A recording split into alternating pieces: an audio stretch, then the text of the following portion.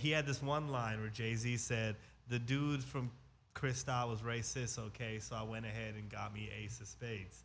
And in the video, I remember Jay-Z's, I can still almost visualize, he's playing some kind of casino game. Yep. And they put down the No, they bottle opened of a Ace. box, and in the box, yeah, he shushed it away. Yeah, it was great. It was great. But the what you said earlier, your story of how you saw that brand is the same thing here. We had nothing to do with it. We didn't know. I had no idea. I had no idea he was going to put it in the video. When I saw Cristal in the video, I was like, what the fuck is going on? Why is he picking that up? And all of a sudden, it's Ace of Spades. But to me, that's brand building. Woo! All right, everybody. This is your boy, My Wand, here at Dash Radio on the Hollywood Walk of Fame. Today, I have an incredibly special guest, a son of Chicago, by way of New York, one of the I'm not gonna brag too hard for you, but one of the most successful entrepreneurs in the alcohol industry, and just an incredible human being all around. Brett Berish, how are you doing? Thank you for having me on. This is awesome. Of course. My first time in LA in like a year, so it feels good. Somebody from your team had reached out and wanted to do an interview, and I kept saying, well, when's Brett gonna be in LA? And let me tell you, your team is on top of it. Yeah. Because as soon as you were coming to LA, they had reached out and said, hey, Brett's going to be in LA. We had planned this out. So Brett, you are incredibly on top of everything that you do. Life is about hand selling, and hand selling is life. So I got to get out there. That's my goal, get out there. What do you mean hand selling? Meeting people, talking to people, sharing with people. You got to put yourself out there. And I want my schedule as full as possible because I want to get out there. I think if I'm sitting too high up, I miss what's going on down below. You got to get out there. You got to be in the street. So, okay, I got to start. So anybody who's watching this understands you have been successful for well over a decade. You've had years of success, right? What is motivating Brett Berish to keep going at such a fast rate? I think it's a combination of things. I think one is it's the little kid in me who has a new idea and wants to see if he can make it a reality. I think that's one thing. I think the other is, to this day, still people doubt, and I use that as fuel. To this day, still people question, still people, don't like something they don't like, they don't think it's going to work, and I use that as my fuel, and it fires me because I want to prove them wrong. I want to show people it works. That's amazing. Like, well, there's two amazing aspects. One, it's amazing that anyone doubts you. That anyone would doubt Brett Berish at this point, but two, that you still find ways to motivate yourself. I love it. I need it. It's fuel. It's one of the, I do my own interview series where I get to talk to people, and I love my conversation with them, but I'm getting it for me. I'm having that conversation because they're motivating me in a way. They're giving me their story, and it motivates me to do something else, try something else. Absolutely. So, Shout out Self-Made. Incredible series. Self-Made. You've had some big guests on there. Yeah, it's big and small, meaning that they're the next big thing. My first person I interviewed was Post Malone. He had one song.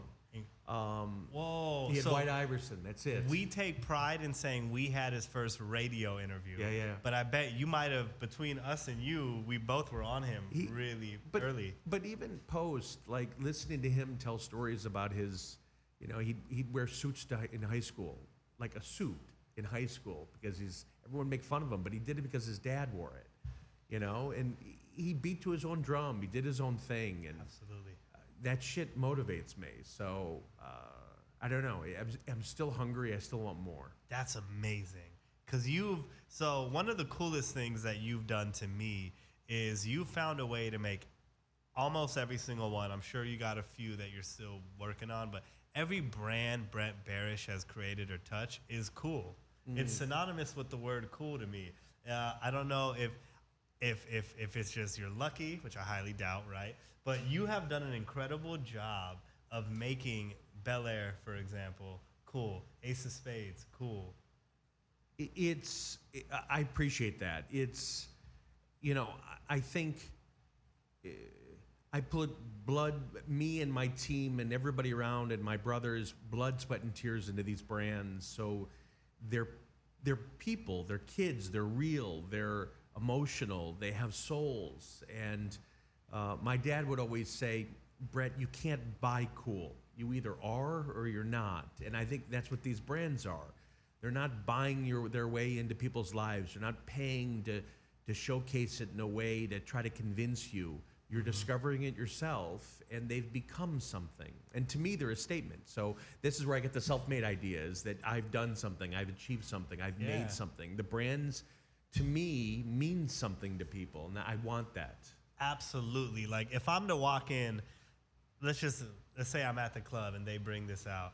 Immediately, everybody's like, "Oh, that individual's done something in their field." And it's neat. And we were talking about this earlier. Is everything I do, I think, is organic, and it's just kind of you learn as you go, and you're writing the story as you go. And you know, that idea of picking up the bottle is literally because I started thinking, you know, why are people doing that? Why are they showing off pictures and taking pictures and holding it? It's because it means something. And what it means to me is that self-made idea that I've done something, I've achieved something, you passed a test, you graduated, you got a job, whatever it is, that's what at least these brands mean to me.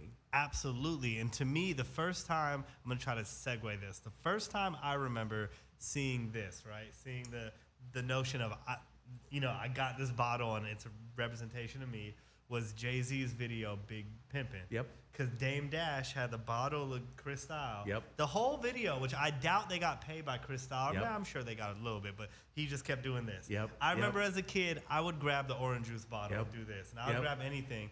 And I still to this day, don't hate me, I have an empty bottle of Cristal that I keep in one of my drawers because it embodies something for me.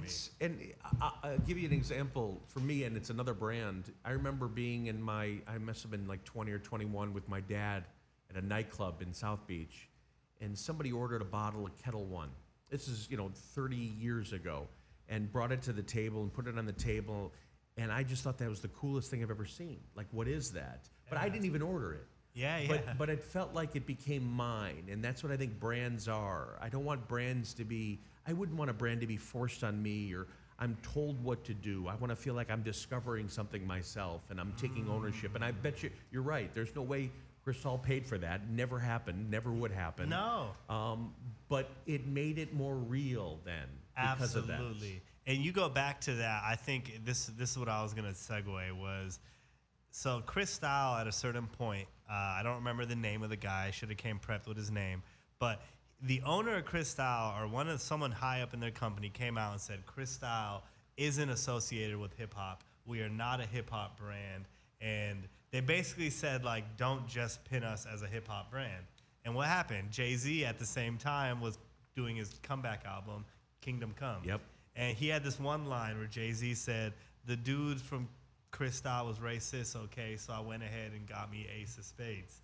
And in the video, I remember Jay-Z's, I could still almost visualize, he's playing some kind of casino game. Yep. And they put down the bottle they opened of a Ace. box, and in the box, he shushed it away. Yeah, it was great. It was great. But what you said earlier, your story of how you saw that brand is the same thing here. We had nothing to do with it. We didn't know. I had no idea. I had no idea he was going to put it in the video. When I saw Cristal in the video, I was like, what the fuck is going on? Why is he picking that up? And all of a sudden, it's Ace of Spades. But to me, that's brand building. That's, is somebody's picking it up and taking ownership themselves and doing something with it. That's what it is. Now, did you guys partner with Jay-Z strategically in that moment? Like you saw an opportunity there or it just happened? No, all the brands, whether it's Rick Ross or Wayne or Wiz or Khaled or any of the brand ambassadors we've had, it's been, and again, I'll use that word, an organic relationship. I've met these people because they like the brand. And if I see somebody, I think that's the difference. If I see somebody supporting my brand, I'm going to run at them. I want to chase them down. I want to meet them. I want to thank them. And I think every brand company should be doing that because I think that's the important part of what we can do is in giving back is how can we work together? You've done me a solid. How can we work together? What can we do together? Absolutely. That unselfish nature of not just how can you help me, how can we work Sure. together. So I had Bobby Schmurda in our office in New York, in our space in New York, and I've been trying to hook up with Bobby for years, and he had his difficult times. But Bobby put us in a song that had like 500 million views of Belaire. He's on the street, dope ass song, dope video, but what can I do to thank him? What can I do to work with him? How can I make something happen because he did something? Like that to me that's what I like the most is, boy, now I get to do something with somebody who liked what I was doing, who's supporting me. And look how much of a win-win-win it is. Jay-Z, when they broke down his $1 billion net worth, most of it was from the Ace of Spades. Yeah. You know, and just saying, I'm sitting here like, look at how much you did for Jay, but conversely, how much he did for Ace. It was so symbiotic. 100%. Relationship. 100%. And at the end of the day, and I say this all the time, you know, it's you know, you can have a great idea, but you got to execute. If people see eye to eye and there's 1 + 1 is 3, let's go for it. Let's try it. Let's see what happens. Love that. You know, it took me years to be in a situation where I could come and sit down like this, because to me it was always, it's about the brand. It's not about me. Yeah. You know, mentality. I want it to be about the brand. When did it switch? Because I noticed there's a switch when I look up Brett Berish, where you wanted to be in the front, in the light. It's again, evolving. For me, it's realizing that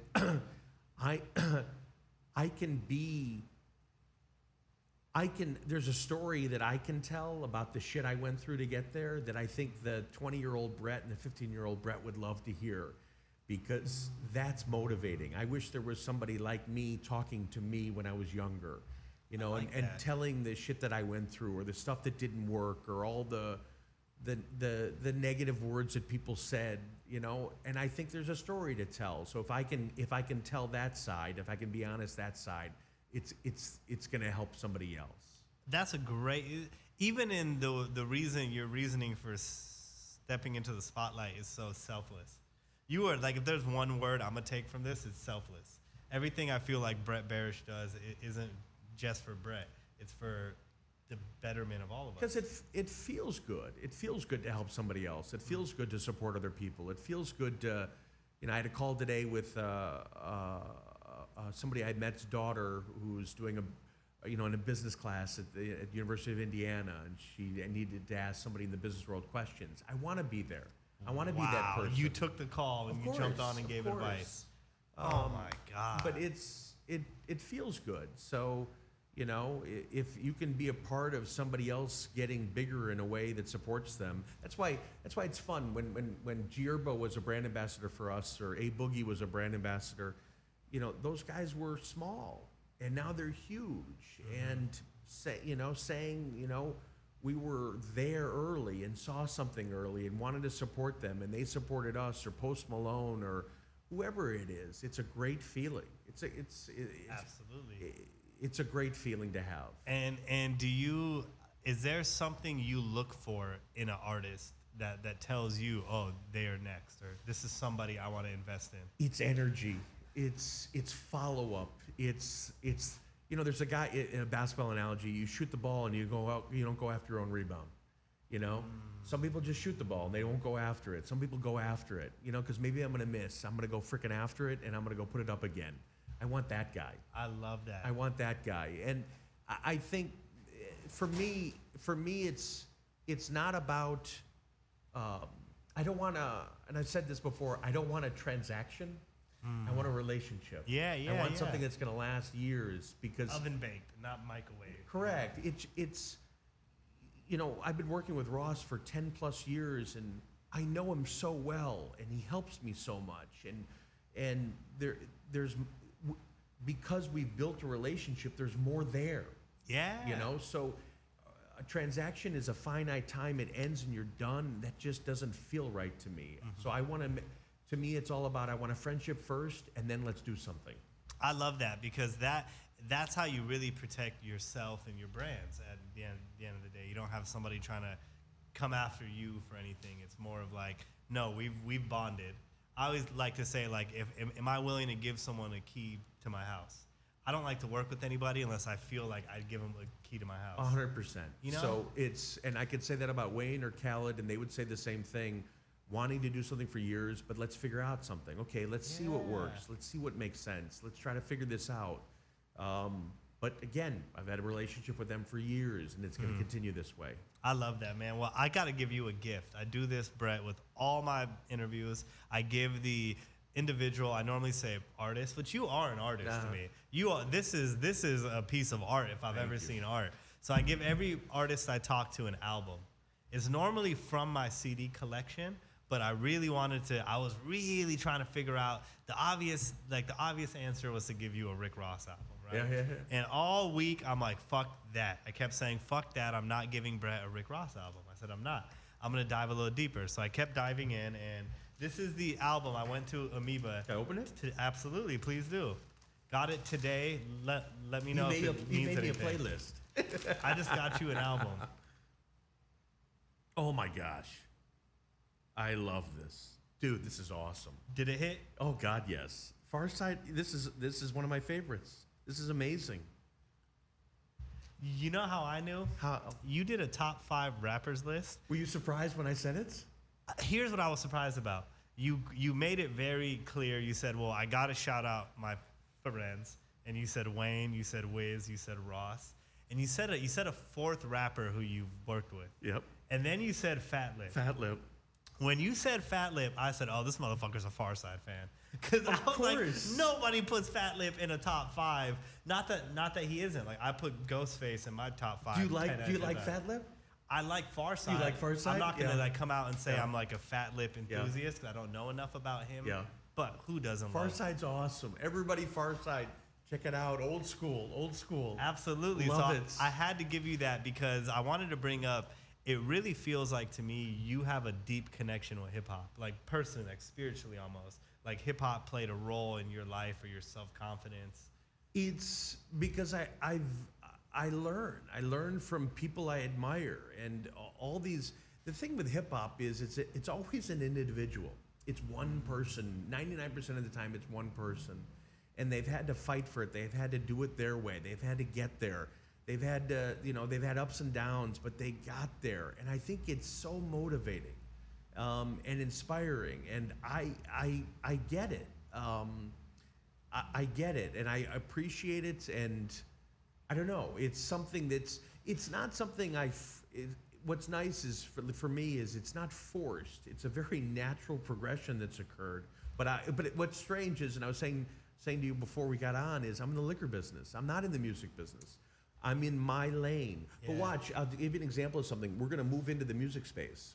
So that's the next things for us. But the moving into the music space has nothing to do with my business. It's more, boy, I get to help other people. I get to help artists. Wait, what do you mean? How are we jumping into the music space? We're going to do something. We're going to launch our own label. Oh, We're gonna sign not sign artists. I shouldn't say that. We're gonna try to support artists to get to the next level. I feel like you're gonna be more like Empire Records than Interscope, because like Empire does like partnerships with artists. Yeah, I wouldn't even say it's a partnership. It's more, if I can financially support an artist on 1 or 2 songs to get them to the next level, God bless. Move on. That's on. amazing. Get signed by somebody else. So That's amazing. But that's an organic, natural side, and it feels right. Yeah, it feels right. Well, you said I'm not in the hip hop. I'm not in the music industry. I'm in the liquor industry, which you are. But I would be slapped in the face if I didn't bring up how closely tied in you are with Lil Wayne, with Wiz Khalifa, with Rick Ross, with Jay-Z. Because because they inspire me. You gotta, someone asked me. I went to my college and spoke, and someone asked me, you almost talk about Rick Ross like he's a mentor, and I think in some ways he is. In some ways, all these guys are, because if you can pick up ideas and learn from people, they are mentoring you. They are teaching you, and they teach me something different. They think different. I want to think different. So to me, that's who I look up to. That's my inspiration. That is amazing. Because I was going to ask if, let's say, for example, you were in this run of your career in the 80s, right? I wonder if you would have been associating all these brands with rock and roll the same way you're doing it with hip hop. No. I just felt like that's No, what I felt like. Not at all. And what really told it to me was the fat lip answer. I know I'm gonna keep going back to this, but I have heard 100 people's top fives, if not 1,000. No, because You love hip hop. I do, but it's also, you know, I like what I like, and you can't change me.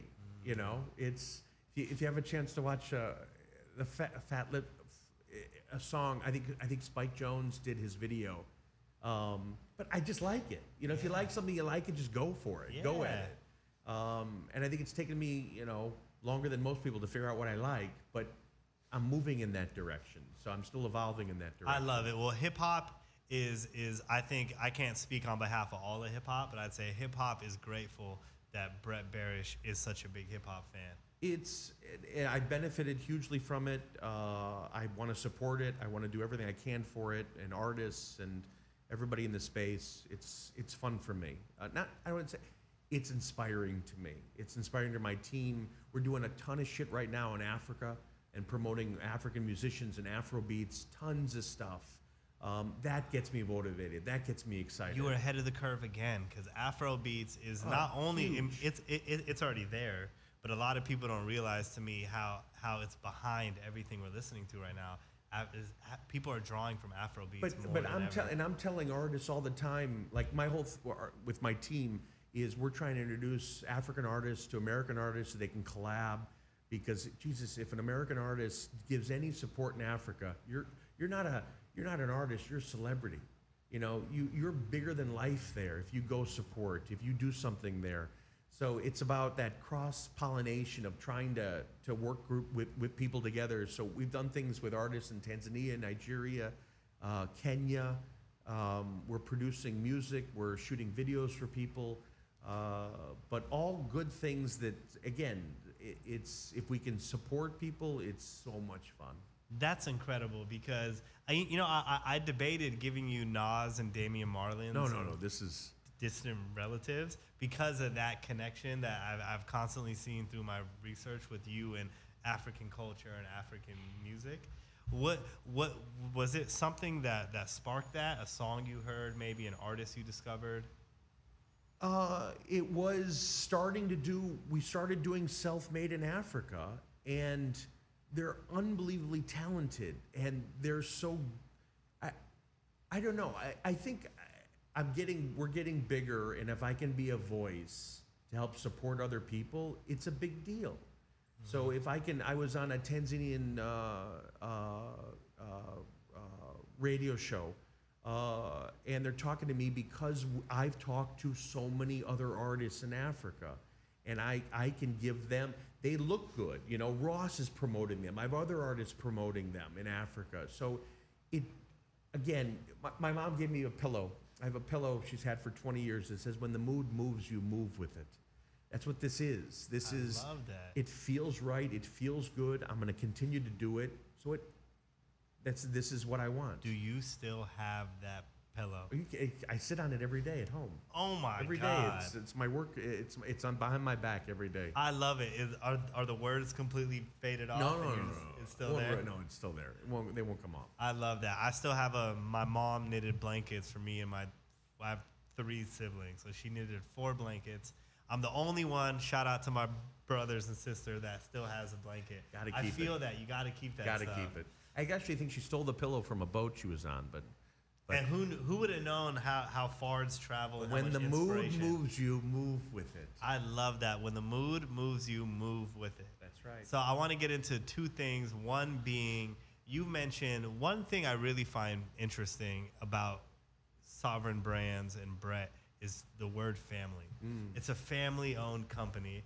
If I'm correct, your father was like, "Hey, don't jump into this industry. Don't jump into this industry." And when you were 30, you had done banking, you had moved around. You said, "Fuck it, Dad, I'm joining the industry." Right? You and your brothers. Yes. Jumped in. So, my dad was in the liquor industry, 45 years of the same company. My brothers and I grew up around it. That's all we ever heard. That's all he ever talked about. He has no hobbies. We inherited the same thing. No hobbies. We just love work. My brother and I started it 20 some years ago. And I don't want to say family is just my brothers and I. Family is how I feel about everybody at my company. We have 150 plus people. They are integral to everything. My longest tenured employee, Scott Cohen, 18 years, I love him to death. That's family. Family to me it's bigger than that. Family to me is, and I tell Ross this all the time, it's the key to the life is finding people who, when bad shit happens, they're going to be there for you. That's who you want with you, want around you. It's not when good times. It's when bad shit happens, someone's going to be there. And I think we have 150 people who are exactly like that. Our brand ambassadors are like that. If something bad happens, they're all going to show up. That's the fun part. And that's how you really succeed as an organization. Like, look, we're in the toughest times in my history of being alive. These are been the toughest 2 years as far as mentally, financially, emotionally, everything. And yeah, when you have people who care, who just care about it. You gotta be there for people. You gotta support them. You gotta be all in.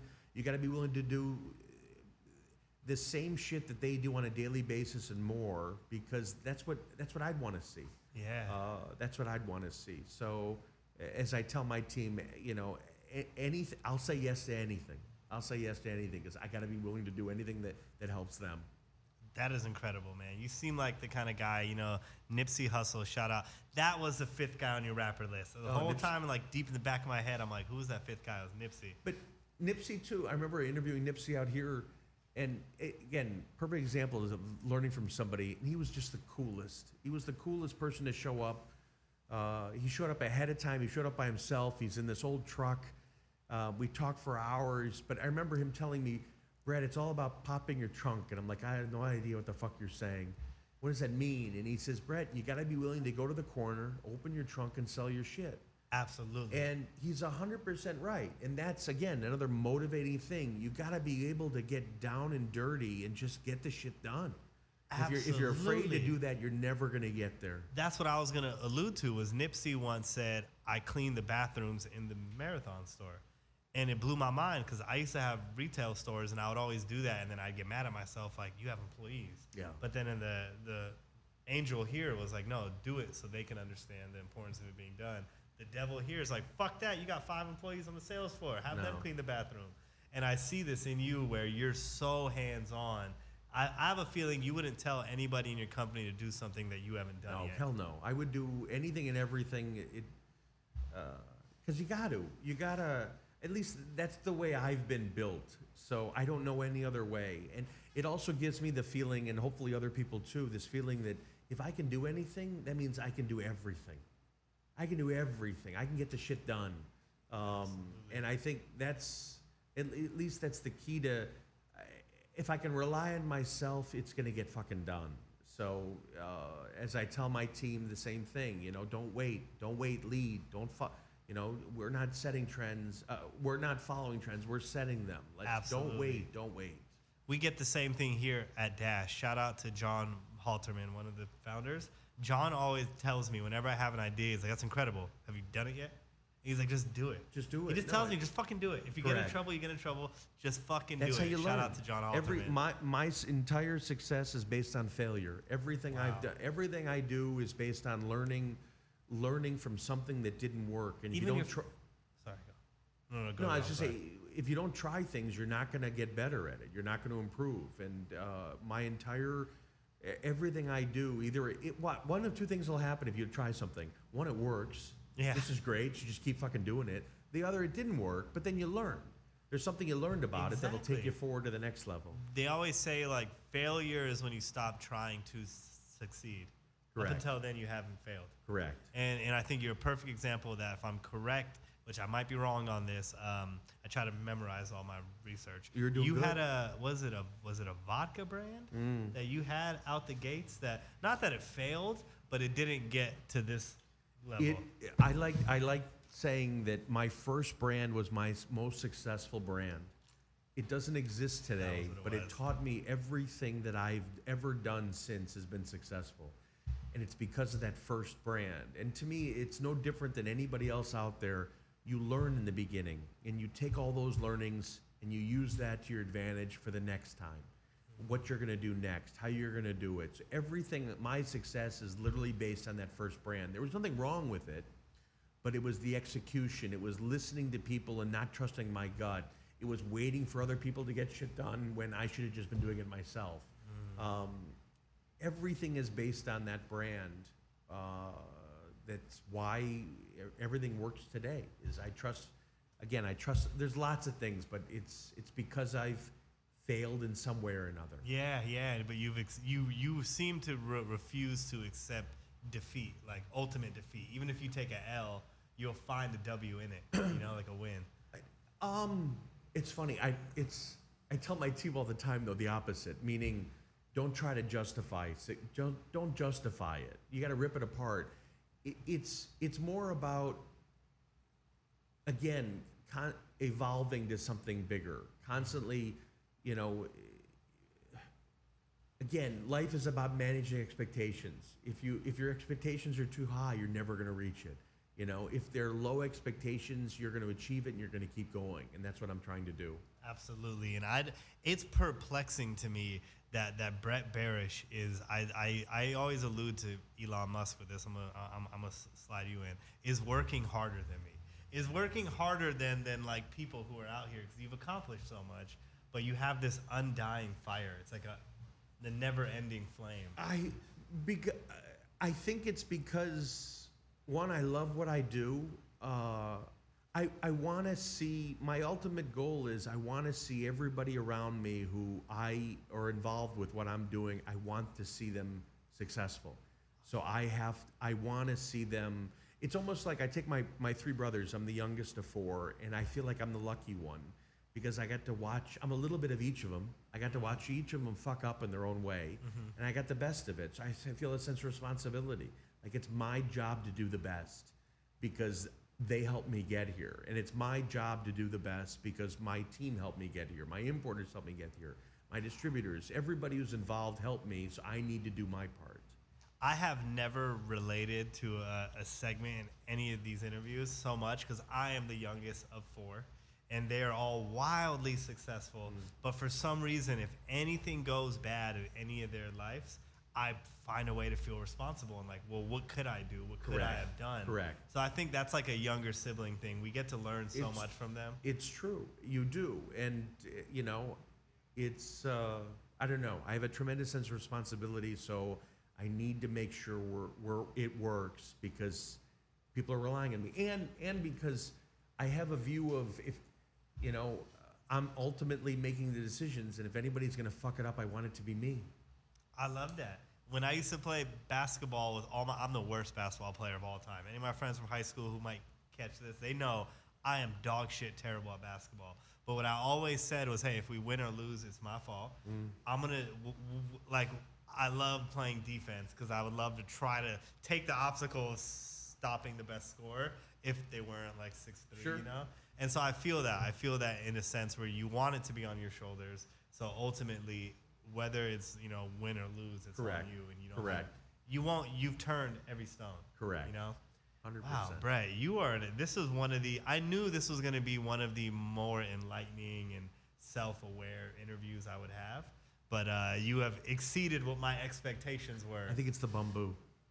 Listen, we got to talk about this. So everyone knows Belaire, right? And not that people don't know Bumbu, but everybody has seen and known Belaire. So let's talk about Bumbu and some of the other brands. So I have lots of kids. So I'm about to launch my fifth kid.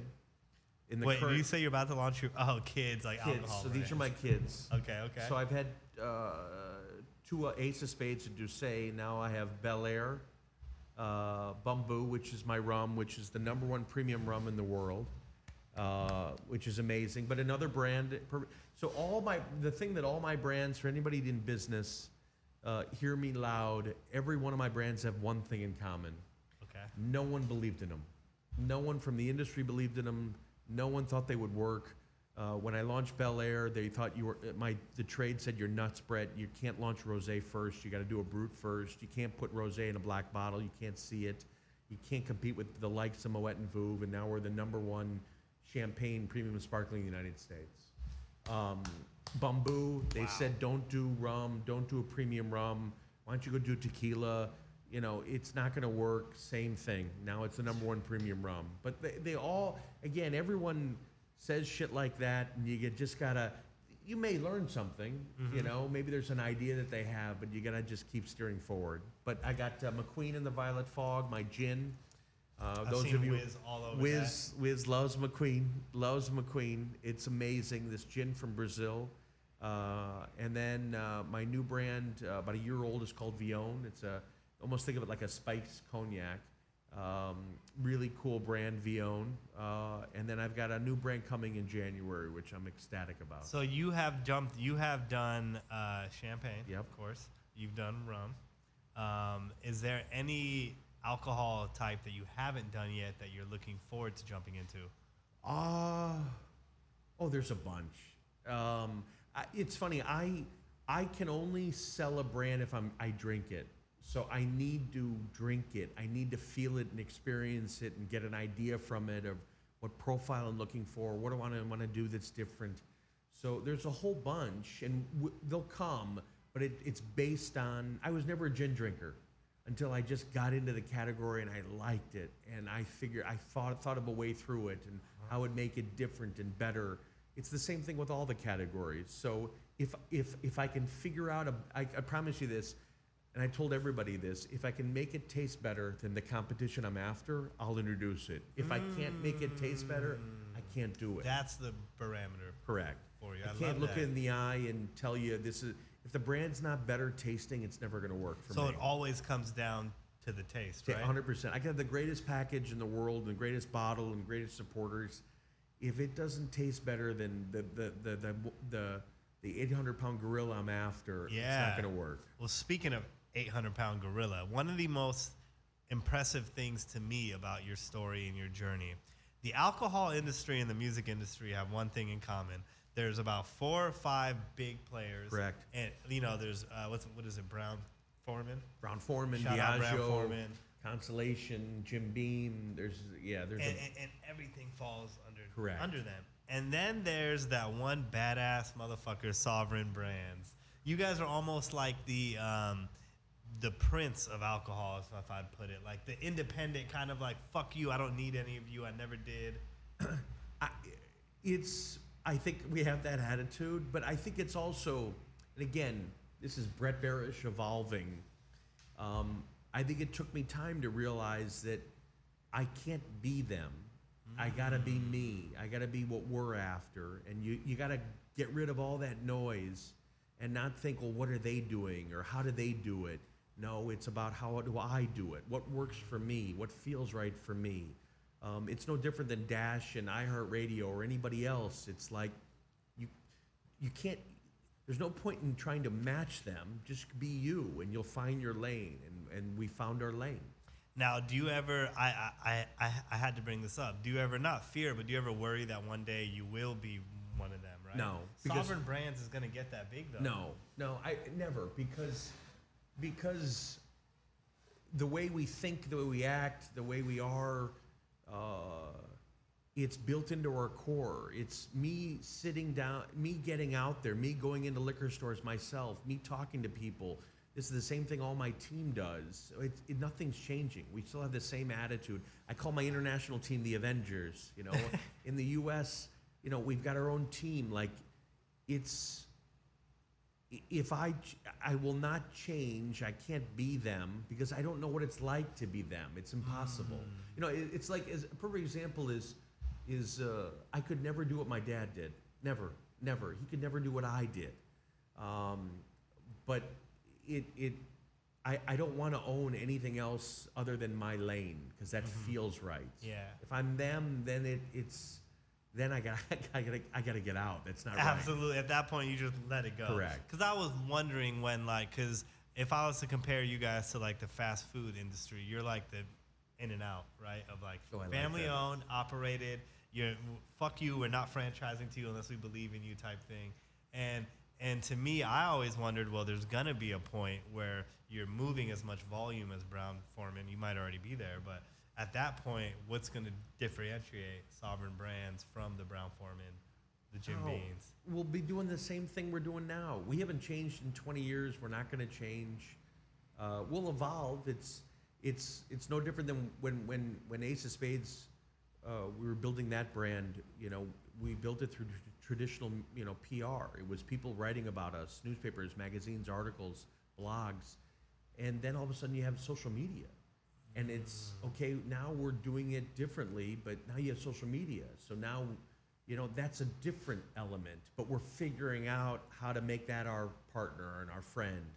So you got to evolve, but the key is to keep who you are and Absolutely. what you are. I love that. So It's I don't- never going to change. it's- Sovereign Brands is never going to fold. Or no, it's that means I have to change. Yeah. Right? It's not going to happen. absolutely. Now, my last question for you. I hate them too much to want to be them. Yeah, to want to be them. I just felt like at one point, naturally, you know, you will be owning as many brands, moving as many But it's not units. even that. It's like they go through restructurings every 2 years and they fire lots of people. Yeah. Like, I don't want to be that. Yeah, We're never yeah, going to yeah, be that. yeah.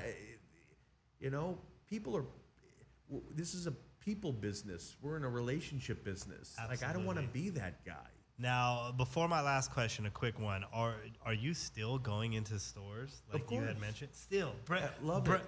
Brett Berish is still going into liquor stores, and you know, whether it's Bevmo or whether it's mom and pop. I was liquor. in Poland 2 weeks ago visiting stores with our importer, and we visited one store and we're looking at the wine section and the spirit section and whatnot. And a guy came in and asked for Bumbu, and I got goosebumps. I got all shocked.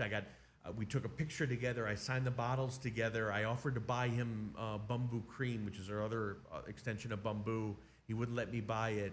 It's the greatest single feeling in the world. That feels like you set it up. That there's no way that happened It was organically. a natural, organic In thing. Poland. In Poland, the two guys behind the working the staff were wearing kilts because they're really into Scottish whiskeys in this specific store. And I took pictures with them, and they were telling me how much people love Bumbu. But there's nothing better. There's nothing better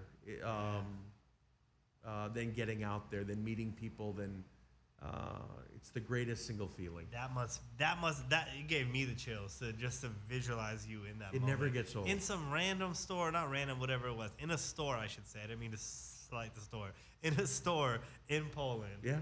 It's My great. guy over there had someone walk in asking for Bumbu. Wow. It's great. It'll never get old. It still feels new. It still feels amazing. I don't know. To me, it's like, I'm sure it's that feeling of if you're a movie star, it's like someone asking for your autograph. It still feels like that. Like this, I don't know how you still get the feeling. Oh, I'm nobody. And I get sometimes where people walk up and will be like, yo, Maiwan, yo, man, I've been following. I'm like, fuck me, man. Like, leave me alone, you know? And I'm sitting here looking at somebody who's so the greatest accomplished. feeling in the world. Wow. It's the greatest Wow. single feeling. If someone knows your brand, if someone likes it, if someone appreciates it, if someone. I was walking. I remember in the middle of COVID. It was 9:30 at night. I'm at a grocery store in Chicago looking for sardines for my mom because she wanted me to go pick up sardines for her. And I'm wearing a mask, and this woman walks by. She's probably 40s or 50s, and she says, "Oh my gosh, you like Bumbu?" And I'm like, "What?" And she's like, you must love Bumbu. And I forgot I'm wearing a Bumbu mask. And she's like, I love Bumbu. I love Bumbu. I don't like the XO, but I love the original, which this is the original. And she's like, you like Bumbu? I'm like, I love Bumbu. And I didn't know what to say, but it's a fantastic feeling. That's, man, that is what you do it for. And, you know, I'm glad that the universe is giving you your flowers. You know what I mean? Like through chance and stars aligning that you get these moments. Appreciate that. So my last thing I want to ask you, because I know you're a busy man, is who are some artists that Brett Berish is looking at right now, like the way you looked at Post Malone when you first sat with him? Fabio. Fabio Yeah, Foreign? yeah. Absolutely. Fabio. Who else? There's a bunch of artists in Africa right now. I don't know. I'm on a big Africa kick, so that's the next big thing. So J-Bat. These are African Afrobeat artists. J-Bat, CDQ, CDQ. Kenzo, Kenzo's Kenzo incredible. Navy. There's a whole bunch where I just, it feels, I don't know. I'm just drawn to them. So Dash Radio launched our Afrobeats by Marvin Records. We launched that 2 years ago. Like 4 or 5 months into the pandemic beginning,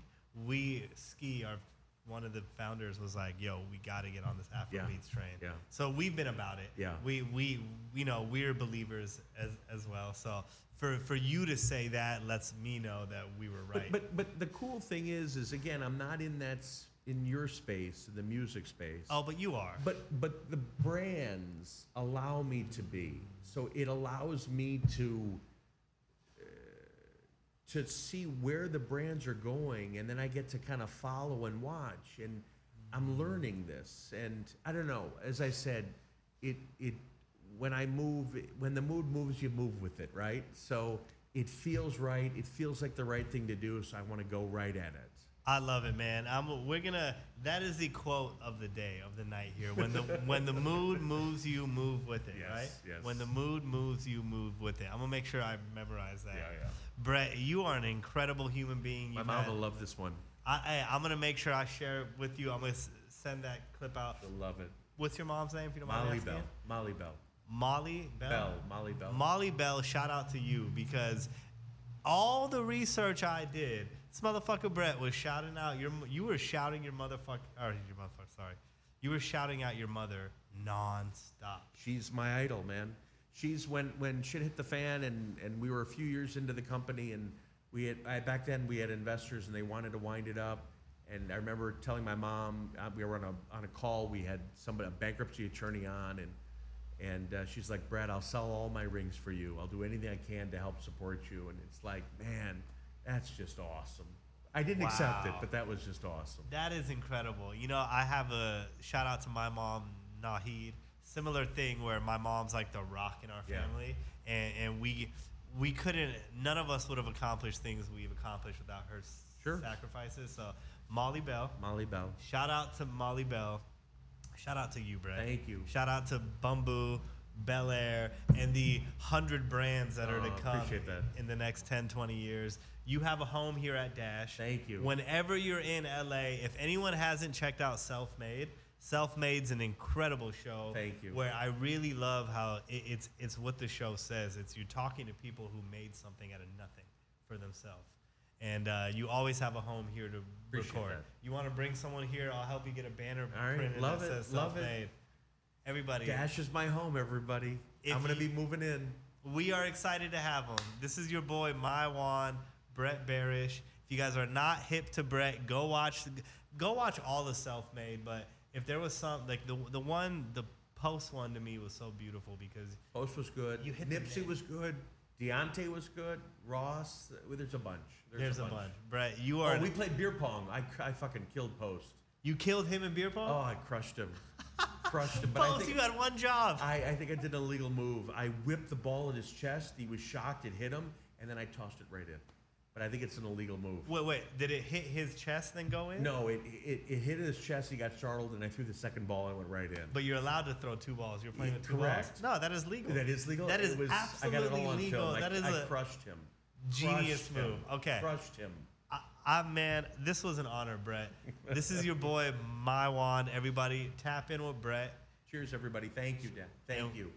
and we're out. Boom.